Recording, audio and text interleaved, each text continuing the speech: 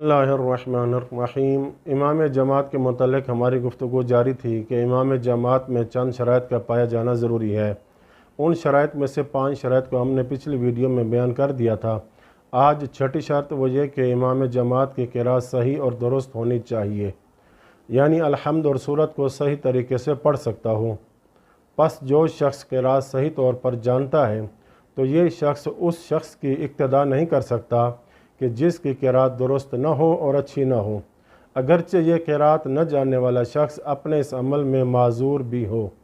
یعنی قراءت کو سیکھنے کی کوشش بھی کی ہے لیکن نہیں سیکھ سکا، اس کے لیے مشکل تھا، تو اگرچہ اس نے قراءت کو سیکھنے میں کوتاہی نہ کی ہو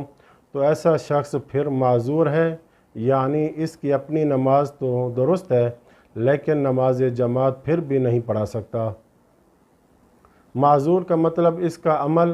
شریعت کے نزدیک قبول ہو۔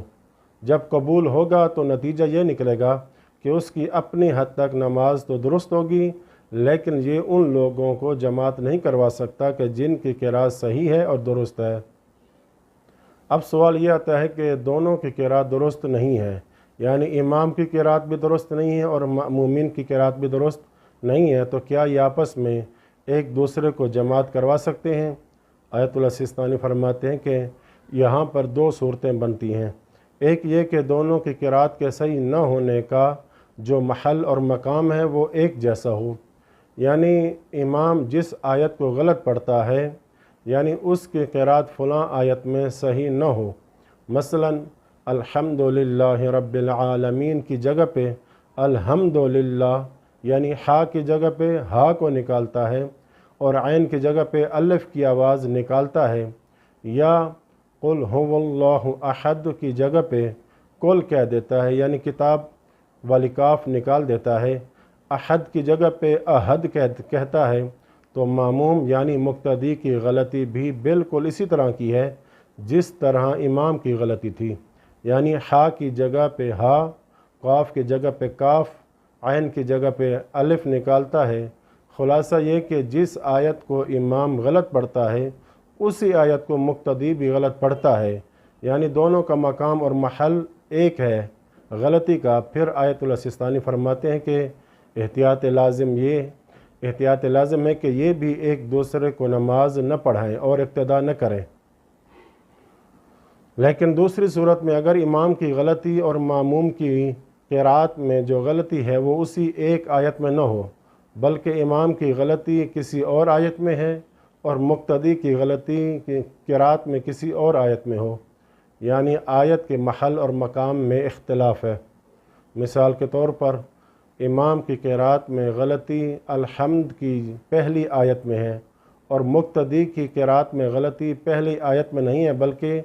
اس کی پہلی آیت درست اور صحیح ہے، لیکن مقتدی کی غلطی کسی اور آیت میں ہے، مثلا وہ سورہ توحید کی پہلی آیت میں غلطی کرتا ہے اور کہتا ہے کہ کل یعنی قاف کی جگہ پہ کاف کتاب والی پڑھ دیتا ہے، تو اب غلطی دونوں میں ہے، یعنی امام کے اندر بھی غلطی قراءت کی موجود ہے اور ماموم کی قراءت میں غلطی بھی موجود ہے، لیکن دونوں کی غلطی بالکل اسی آیت میں نہیں ہے بلکہ مختلف ہے، تو اس صورت میں آیت اللہ سستانی کا فتویٰ ہے کہ یہ بھی ایک دوسرے کو نماز نہیں پڑھا سکتے۔ اس کے بعد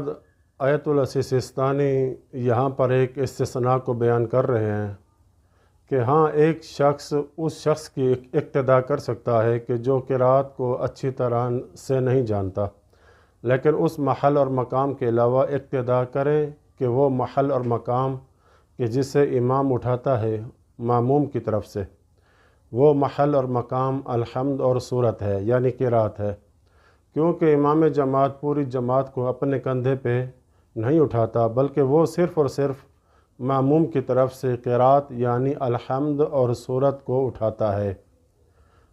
کیونکہ یہ امام الحمد اور سورت کا ضامن ہوتا ہے۔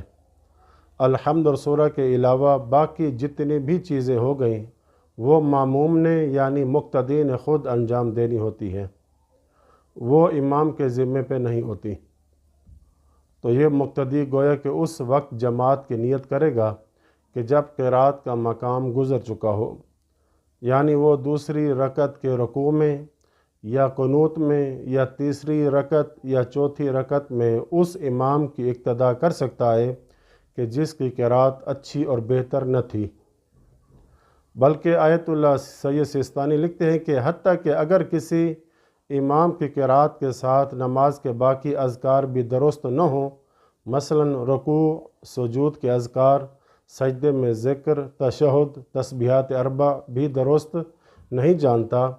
اس کی بھی اقتداء کر سکتے ہیں اس وقت کہ جب امام معذور شمار ہو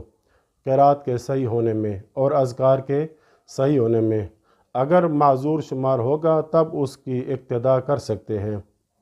معذور کا مطلب یہ کہ جو قادر نہ ہو، قدرت نہ رکھتا ہو، سیکھنے کی بھی بڑی کوشش کی، بہت سیکھنے کی اس نے کوشش کی تھی لیکن نہ سیکھ پایا، تو ایسا شخص معذور ہے۔ اس کی پھر اقتداء اس وقت کریں گے کہ جب یہ دوسری رکعت کے رکوع میں چلا گیا ہو، یا تیسری رکعت میں اقتداء کریں یا چوتھی رکعت میں اقتداء کی نیت کریں، جائز ہے۔ لیکن جو شخص معذور نہ ہو، یعنی نہ اس نے قرات سیکھی نہ قرات سیکھنے کی کوشش کی، کسی عالم کے پاس جاتا سیکھ بھی سکتا تھا، نہ سیکھے، تو پھر ایسے شخص کی اقتداء کسی صورت میں درست نہیں ہے۔ تو یہ تھی چھٹی شرط امام جماعت کہ جو امام جماعت میں پائی جائے۔ اب ساتویں شرط کو اگلی آنے والی ویڈیو میں بیان کریں گے انشاءاللہ تعالی۔ وصلی اللہ علی محمد و اہل بیتہ الطاہرین۔